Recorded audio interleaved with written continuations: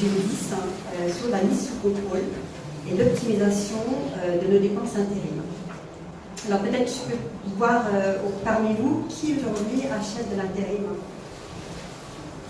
Quasiment tout le monde. Ok, super.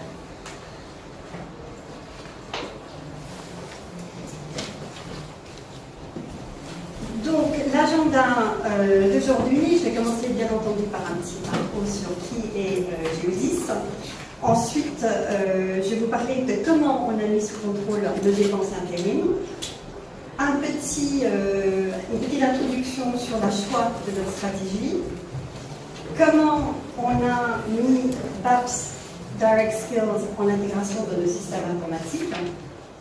On va vous parler d'un projet qu'on a démarré pas très longtemps qui s'appelle l'autofacturation.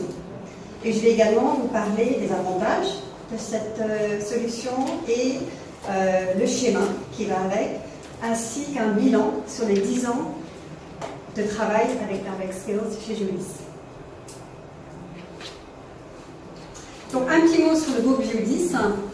Je ne peux pas parler de grève, mais nous appartenons effectivement au groupe SNCF. Nous sommes une filiale qui ne doit pas respecter les règles d'achat de la SNCF. On est tout à fait dans une stratégie d'approche qui ne le ressemble pas. Et nous avons un chiffre d'affaires de 8 milliards d'euros. Installez-vous. Et notre métier, c'est de la logistique. Nous avons 5 métiers chez Géodis. Métier de logistique, tout ce qui tourne autour de l'entreposage, les métiers de transport, aussi bien messager que long courrier. Et on a une division de Supply Chain Optimization qui est là pour optimiser les coûts de la supply chain de nos clients. Et on a également une division de Freight Forwarding qui touche autour de transport aérien. Donc quelques chiffres sur le groupe, effectivement 8 milliards de chiffre d'affaires, plus de 40 000 employés, couverts sur 120 pays, avec 165 sites sur lesquels on est placé, aussi bien logistique, cross-dock ou bureau. Donc ça c'est juste pour vous donner une petite introduction de qui on est. Les achats indirects chez Géodis, on est une petite équipe de 13 personnes qui est sur 3 pôles d'achat. Les 3 pôles d'achat, le premier c'est service. Dans le pôle service, on met tout ce qui est facilities management, l'intérim, le voyage, le consulting et les prestations intellectuelles. Le deuxième pôle d'achat, c'est tout ce qui est IT, tout ce qui tourne autour de software, hardware et téléphonie. Et puis ensuite, on a le fleet qui, tout ce qui est les véhicules de Géodis, bien entendu, les vêtements de travail, l'énergie et le gasoil. Et on est bien entendu global. Le cellule d'achat est basé ici à Paris, mais on a une couverture globale sur nos dépenses de 750 millions. Nos missions, c'est, comme vous tous, réduire les coûts, réduire les consommations. Et le tout dernier point, c'est la digitalisation et la mise sous contrôle de nos process d'achat. C'est ceci dont je vais parler aujourd'hui, notamment la mise sous contrôle de nos dépenses intérim. Donc le budget conséquent chez Géodis, de plus de 180 millions d'euros en France uniquement. Je parle seulement de France ici parce que l'outil que nous avons mis en place avec Direct Skills, il ne couvre aujourd'hui que la France. On a d'autres solutions en dehors de la France, mais la couverture de mon discours aujourd'hui, ça touche sur la France. Donc, les achats Géodis ont mis en place des contrats cadres avec des fournisseurs majeurs pour tout ce qui est nos intérimaires. Donc, nos intérimaires, c'est notre cœur de métier, c'est ce qui fait tourner nos entrepôts, c'est ce qui fait tourner les camions sur la route. Donc, c'est vraiment un enjeu majeur pour nous. Il y a 10 ans déjà, on a choisi avec M. Chauvin Direct Skills pour mettre sous contrôle nos achats parce que tout était très dispersé, ça s'achetait site par site. Il faut savoir que Géodis en France a 230 sites. Donc aujourd'hui, connecter à BAPS Direct Skills sont 230 sites de Géodis, 1700 utilisateurs, 3100 agences d'intérim. 3100 agences d'intérim. Donc l'acheteur aujourd'hui, grâce à l'outil, peut piloter les dépenses, peut piloter les fournisseurs, et il a également l'obligation de mettre en place des guides de bonne pratique. C'est les guides de bonne pratique qu'on met en place avec les RH pour expliquer quand avoir recours à l'intérimaire. On fait beaucoup d'audits de factures, mais audits de factures des sociétés d'intérim qui ne passent pas sous BAPS, parce qu'on a encore des sites, des personnes qui décident qu'ils n'ont pas l'obligation de passer par les contrats cadres et qui décident d'aller acheter ailleurs. Donc il y a toujours des exceptions aux règles, mais on profite justement de ces exceptions aux règles pour démontrer, quand on fait des audits de facture, qu'il y a des erreurs de facture qu'on ne trouve pas quand on fait les audits de facture dans le système de BAPS.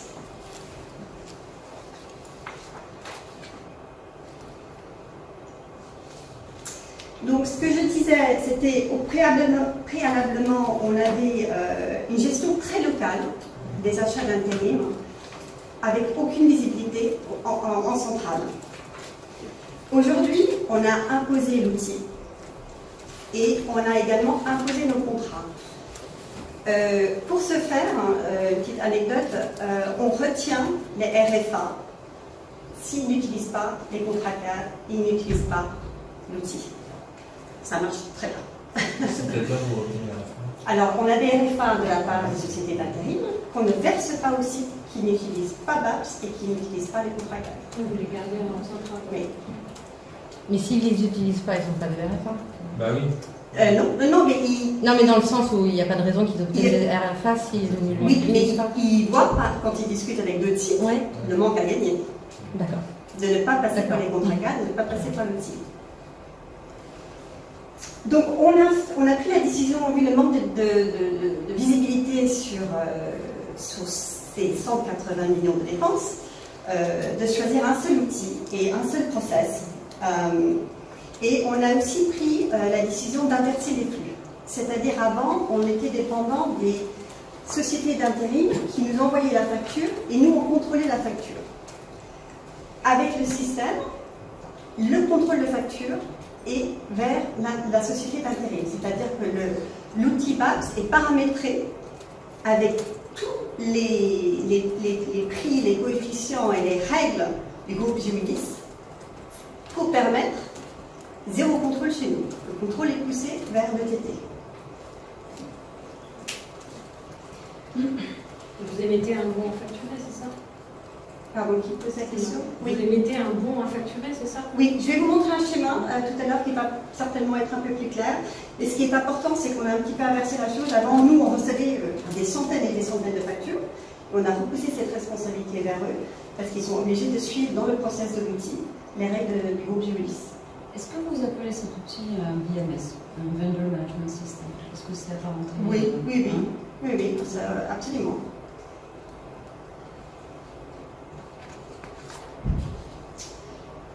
Donc, peut-être pour un peu mieux répondre à votre question, il est complètement imbriqué dans nos systèmes, c'est-à-dire on a des disques pour tout ce qui est horaire de nos conducteurs et on a les badges d'horaire dans nos entrepôts et tout ça c'est lié avec l'outil et nos systèmes comptables, ce qui nous donne une visibilité sur nos besoins de provision ou les factures à venir dans la société et aussi une visibilité sur ce qui va être décaissé.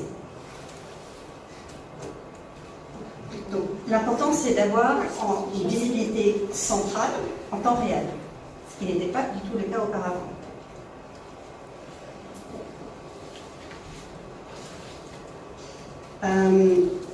Donc, le contexte Géodis, on a à peu près 60 000 factures par an, ce qui est énorme. Et donc, dans le système BAPS, il y a un système de validation. Et ensuite, les fournisseurs nous envoient leurs factures. Alors, on s'est posé la question avec Direct Skills, c'est la possibilité de supprimer cette cette phase un peu chronophage et qui réellement ne sert à rien, et de passer à ce qu'on appelle l'autofacturation. Je ne pense pas que vous l'ayez mis en place avec l'outil. Hein. Non. Non. Donc, on a convoqué tous nos fournisseurs, tous ensemble dans une salle, pour leur expliquer notre projet d'autofacturation et leur expliquer comment on allait le faire. Et pour ce faire, il faut qu'on signe un mandat. Il faut que le prestataire intérim nous mandate à pouvoir facturer en leur nom. Donc pour faire ce mandat, il faut déjà qu'ils acceptent le principe de travailler de cette façon-là. On n'a eu personne qui nous a refusé le mandat et tous les grands fournisseurs en France nous ont suivis dans ce process et de pilote d'autofacturation dont je vous parlais tout à l'heure. Donc c'est un sujet nouveau pour Géodis, c'est un sujet qui intéresse aussi bien les RH, beaucoup la finance, parce qu'il faut avoir les 60 000 factures en moins. La contrôle, elle ne se fait plus chez nous, elle se fait entièrement chez le TP. On a estimé un gain, je pense que j'en parlais tout à l'heure, on a estimé le coût d'une facture à peu près à 11 €. On n'aura plus à traiter demain. Donc sur l'autofacturation, c'est un projet qui a démarré il y a un an, à peu près un an. Il a démarré de façon précise fin d'année dernière. Oui.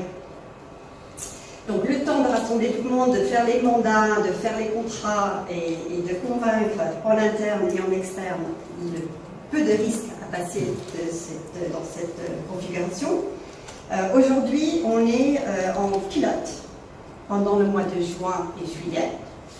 Et fin août, on va passer dans un environnement sans papier. On va arrêter toutes les factures. On va passer 100% autofacturation sur les sites pilotes, avec un Big Bang en octobre sur les 230 sites de Géodis.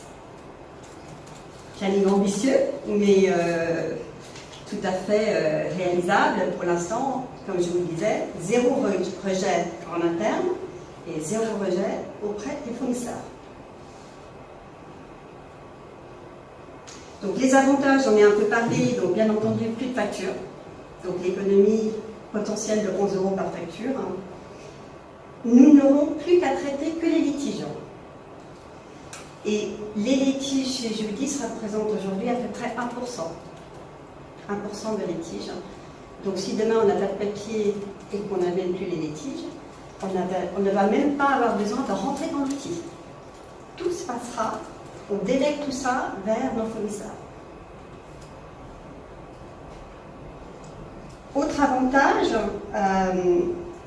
c'est que le fournisseur sera payé plus vite. Il n'y aura plus de perte de facture, il n'y aura plus de contestation, il n'y aura plus de litige. Donc de facto, c'est pour ça qu'il a bien entendu acheté avec nous ce projet. Un petit schéma pour vous expliquer, en tout cas chez Géodis, comment ça fonctionne. Donc, la première étape, étape 1, le bordereau d'horaire. Donc, c'est un peu classique, ça reprendra les horaires de l'intérim, ses primes et ses frais. Et les coefficients et les règles de gestion de Géodis sont déjà préalablement intégrés dans l'outil. Donc après enregistrement du bordereau, on met à disposition ce bordereau numéro 2 vers la société d'intérim. Ensuite, ça génère ce qu'on appelle une préfacture. Et cette préfacture va ensuite être celui qui sera validé par la société d'intérim. Et la préfacture se transforme en facture. Et c'est ça qu'on a voulu ensuite éliminer dans le process, c'est-à-dire plus besoin d'envoyer la facture, elle sera automatiquement dans le système pour validation. Donc la seule fonction qu'on aura à valider, c'est ce que je vous disais tout à l'heure, c'est les litiges. Et les litiges sera traité de la même façon et se trouvera dans le bordereau et suivra le prochain processus de préfacturation. On a mis une règle en place avec les sociétés d'intérim d'une validation tacite et automatiquement sous 10 jours. Ce qui veut dire, c'est qu'on leur donne 10 jours pour valider la facture. Bon, s'il faut revenir sur les 10 jours et que le 11e jour, on se rend compte qu'il y a litige, bien sûr qu'on va le faire manuellement. Mais tout le monde est d'accord sur la règle de 10 jours pour valider une facture. Donc on a enlevé encore une autre étape dans cette process de validation pour améliorer le flux et la réactivité de tout le monde, aussi bien nous que pour la mise en place de la facturation.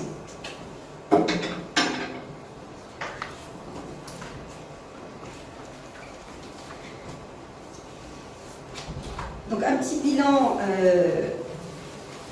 Aujourd'hui, le groupe de travail chez Geodis consiste aussi bien des équipes financières que les équipes RH, les opérationnels, donc les opérationnels sur site, et bien entendu les achats. Donc c'est un travail qui est plusieurs personnes dans le groupe Geodis, avec bien entendu Direct Skills et une formation auprès des intérimaires.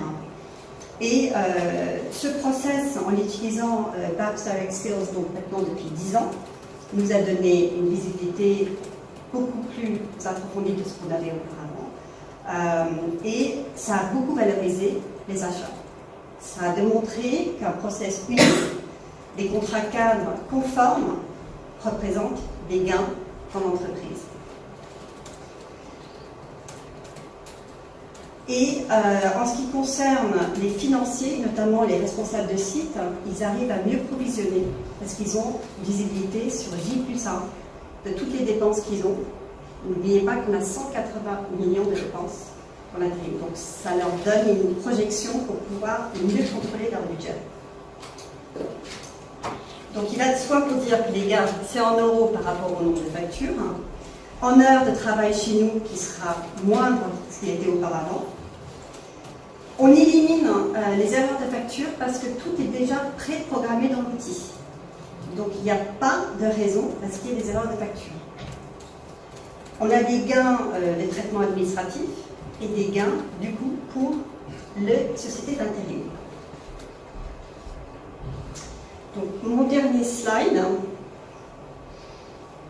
c'est bien entendu pour une société comme Geodis en France avec 230 sites, 180 millions d'euros, on a besoin d'un outil. On ne peut pas s'en passer.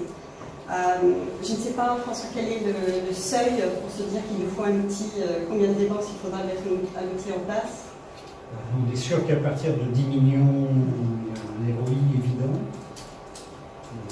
Après, en dessous, ça s'étudie. Il faut effectivement qu'il y ait un volume suffisant pour justifier une solution qui ne traite que de l'intérim. Donc nous, on a pris ce choix au début et tous les ans, on rajoute des sites. Il y a encore quelques sites, je pense qu'il y a 7 sites chez nous qui ne sont pas sur l'outil. Et on les travaille, et c'est ce que je vous disais tout à l'heure, c'est via des audits de facture qu'on arrive à leur démontrer qu'il faut passer sur l'outil. Il faut aussi avoir une volonté d'avoir des contrats uniques, des contrats cadres, groupes, et une gestion de cette famille d'achat centralisée. Si ce n'est pas le cas, ce n'est pas la peine. Ça va être trop compliqué. L'outil est en mode SaaS, donc pas de spécificité pour Geodis. Les seules spécificités, c'est nos modèles de paye à nous, pour les heures supplémentaires, pour les règles qu'on a pour les heures de nuit, etc. Il faut absolument associer toutes les parties prenantes dont je vous ai parlé tout à l'heure à ce projet. Ce n'est pas un projet que peut porter les achats seuls. Je suis ravie qu'on m'ait demandé de venir aujourd'hui présenter ce projet qui est tout neuf de l'autofacturation, parce qu'on a eu un travail très très collaboratif, très, je sais pas comment dire en français, très accompagné par Direct Skills pour mettre en place ce projet. C'est un premier en France pour l'autofacturation. Donc, je suis là pour répondre aux questions, ainsi bien que Direct Skills, si vous avez des questions.